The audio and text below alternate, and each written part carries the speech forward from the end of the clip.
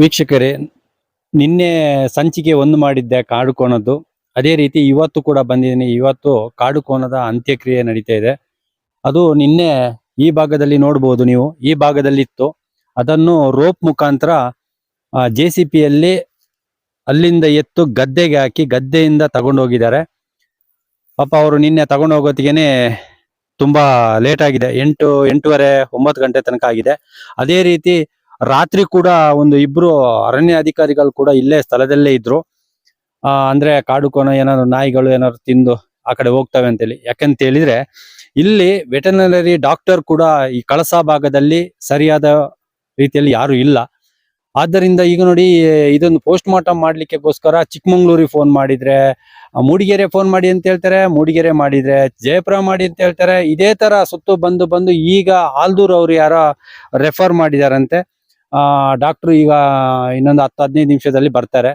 ಈಗ ನೋಡಿ, ಕಾಡು ಕೋಣ ಸತ್ತು 2ನೇ ದಿನ ಇದು. ಇನ್ನು ಸಂಜೆ ಆದ್ರೂ ಇದ್ರದ್ದು ಕಾಡು ಕೋಣದು ಪೋಸ್ಟ್ ಮಾರ್ಟಮ್ ಆಗಿಲ್ಲ. ಅದೇ ರೀತಿ ಸಾರ್ವಜನಿಕ ಹೇಳ್ತಾರೆ, ಈ ತರ ಒಂದು ಪರಿಸ್ಥಿತಿಯಲ್ಲಿ ನಮ್ಮ ಕಳಸಾ ತಾಲೂಕಿದೆ. ಒಂದು ಭಾಗದಲ್ಲಿ ನಮ್ಮ ಗೌರ್ಮೆಂಟ್ ಹಾಸ್ಪಿಟಲ್ ಅಲ್ಲಿ ನೋಡಿದ್ರಲ್ಲ, ವೈದ್ಯ ಕಳಸದೇ ನಮ್ಮ ಊರಿನ ಒಬ್ರೆ ಡಾಕ್ಟರ್ ಆಗಿ ನೇಮಕಗೊಂಡಿದ್ದಾರೆ. ಅದು ತುಂಬಾ ನಮ್ಮ ಕಳಸ ಜನತೆ ಖುಷಿ ಪಡ್ತಾ ಇದ್ದಾರೆ, ನಮ್ಮೂರಿನವರೇ ಬಂದ್ರಲ್ಲ ಅಂತೇಳಿ.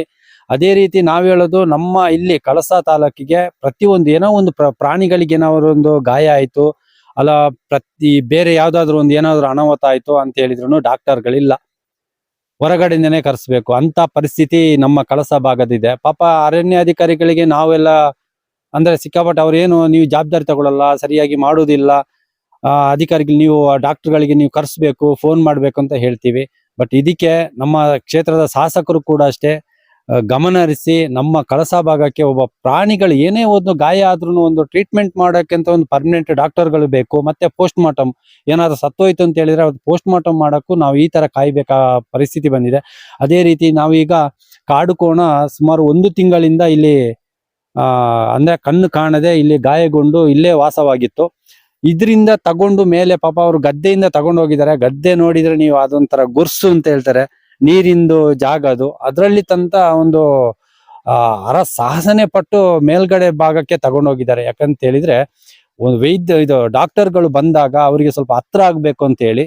ಈಗ ನಾನು ನಿಮಗೆ ತೋರಿಸ್ತಾ ಹೋಗ್ತೀನಿ, ಬನ್ನಿ ನೋಡಿ ಅದು ಯಾವ ತರ ಇದೆ, ಆ ಮಾರ್ಗದಲ್ಲಿ ಯಾವ ತರ ನಿನ್ನೆ ರಾತ್ರಿ ಎಲ್ಲ ಅವರು ಕಾರ್ಯಾಚರಣೆ ಮಾಡ್ಕೊಂಡು ತಗೊಂಡೋಗಿದ್ದಾರೆ ಅಂತ ಹೇಳಿ ನಾವು ಹೇಳ್ತೀವಿ. ನೋಡಿ, ಇಲ್ಲಿ ನೋಡಿ, ಇಲ್ಲೆಷ್ಟು ಒಂದು ಚರಂಡಿ ಬಿದ್ದಂಗೆ ಬಿದ್ದಿದೆ. ಈ ತರ ಅದ್ರಲ್ಲಿ ಯಾವ ತರ ಹೋಗ್ಬೋದು. ಈಗ ನಮಗೆ ಹೋಗ್ಲಿಕ್ಕೆ ಕಾಲೆಲ್ಲ ಸ್ವಲ್ಪ ಒಳಗೆ ಹೋಗ್ತಾ ಇದೆ. ನೋಡಿ, ಇಲ್ಲಿ ಸಾಧಾರಣ 1 ಅಡಿ ಆಳದೇನೋ ಉತ್ಕೊಂಡಿದೆ. ಯಾಕಂದ್ರೆ ಅದನ್ನು ಒಂದು 2 ಟನ್ ಅಷ್ಟು ಇದೆ ಕಾಡು ಕೋಣ. ಅದೇ ರೀತಿ ನಾವು ಮೇಲ್ಭಾಗದಲ್ಲಿ ನಾನು ತೋರಿಸ್ತೀನಿ ನೋಡಿ. ಈಗ ನಾವು ನೋಡೋ ಮಟ್ಟಿಗೆ ನೋಡಿ, ಅಲ್ಲಿ ಅಂತ್ಯಕ್ರಿಯೆಗೆಲ್ಲ ರೆಡಿ ಮಾಡಿದ್ದಾರೆ ಅರಣ್ಯ ಇಲಾಖೆಯವರು ಕೂಡ. ಈಗ ಇನ್ನೊಂದು 10-15 ನಿಮಿಷಕ್ಕೆ ಡಾಕ್ಟರ್ ಕೂಡ ಬರ್ತಾ ಇದ್ದಾರೆ. ಅವ್ರದ್ದು ಅಂದ್ರೆ ಮರಣೋತ್ತರ ಪರೀಕ್ಷೆ ಆಗಿ ಆ ನಂತರ ಅವರು ಅದನ್ನು ಸುಡೋ ಕೆಲಸ ಕೂಡ ಮಾಡ್ತಾರೆ. ಇದು ನಾನು ನಿಮಗೆ ತೋರಿಸ್ತಾ ಇದ್ದೀನಿ ನೋಡಿ, ಇಲ್ಲಿ ಬನ್ನಿ. ಇಲ್ಲೊಂದು ಚರಂಡಿ ಇದೆ, ಚರಂಡಿ ದಾಟಿ ಹೋಗ್ಬೇಕು. ಇಲ್ಲಿಂದ ಆ ಕಡೆ ಇರೋದು ಎಷ್ಟು ಹರಸಾಹಸ ಪಟ್ಟಿದ್ದಾರೆ ಅಂತ ಹೇಳಿದ್ರೆ, ಇದರಲ್ಲಿ ಅದೊಂದು 2 ಟನ್ ಅಷ್ಟು ತಗೊಂಡು ಹೋಗೋದು JCP ಯಾವ ತಗೊಂಡು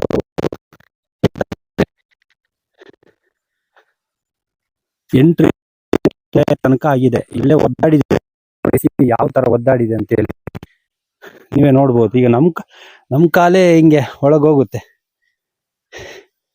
ಇಂಥ ಇದ್ರಲ್ಲಿ ಪಾಪ ಅವರು ಅರಣ್ಯ ಅಧಿಕಾರಿಗಳು ಅಷ್ಟೇ ಬೆಳಗಿಂದ ಪಾಪ ಅವ್ರಿಗೆ ಊಟ ತಿಂಡಿ ಏನು ಇಲ್ಲದೆ ಇಲ್ಲೇ ಇದ್ದಾರೆ.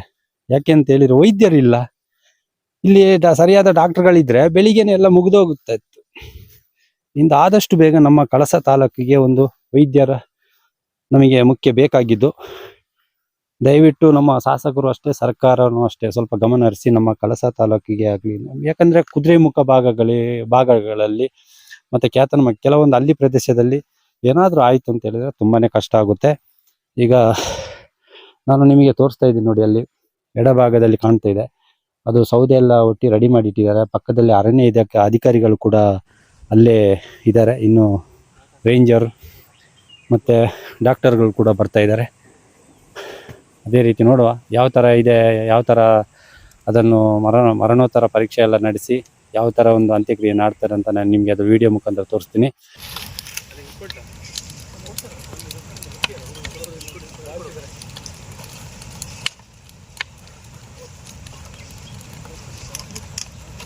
ನೋಡಿ, ಒಳ್ಳೆ ಲಾಸ್ಟ್ ಕೊನೆಯ ದೃಶ್ಯ ಕೂಡ ಬೆಂಕಿ ಹಚ್ಚುವ ಕೆಲಸದಲ್ಲಿ ನಮ್ಮ ಕಳಸದ DF ನಮ್ಮ ನಿಶ್ಚಿತ್ ಗೌಡ ಮತ್ತು ಅರಣ್ಯಾಧಿಕಾರಿಗಳು ಹರೀಶ್ ಅವರು ಕೂಡ ಹಾಗೂ ನಮ್ಮ ಸಂದೀಪ್ ರವರು ಕೂಡ ಇದ್ದಾರೆ. ಕಳೆದ 1 ತಿಂಗಳಿನಿಂದ ಬೀಡು ಬಿಟ್ಟಿದ್ದ ಕಾಡು ಕೋಣ ಕಣ್ಣು ಕಾಣದೆ ಇಲ್ಲಿ ವಾಸವಾಗಿತ್ತು. ಅದು ನಿನ್ನೆ ಬೆಳಗಿನ ಜಾವ ಸಾವನ್ನಪ್ಪಿದೆ. ಇವತ್ತು ಡಾಕ್ಟರು ಬಂದು ಮರಣೋತ್ತರ ಪರೀಕ್ಷೆ ನಡೆಸಿ ಅಂತ್ಯಕ್ರಿಯೆ ನಡೀತಾ ಇದೆ.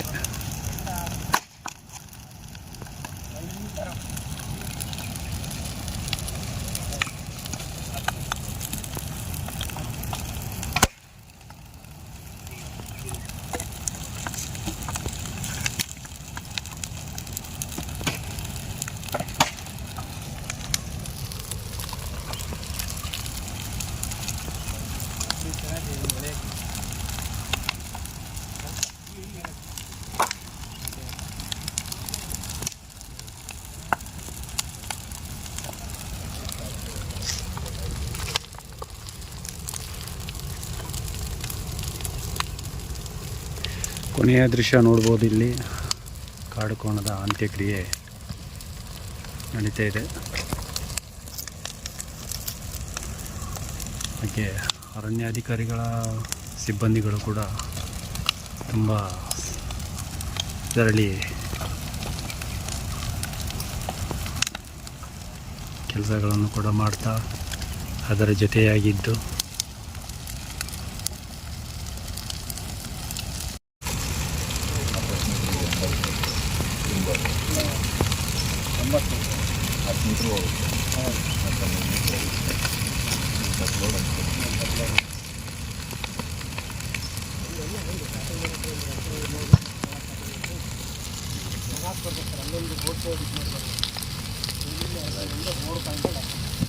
ಕ್ಯಾಮರಾಮ್ಯಾನ್ ದೀಪಕ್ ಗಣೇಶ್, ನ್ಯೂಸ್ ಕರ್ನಾಟಕ, ಕಳಸ.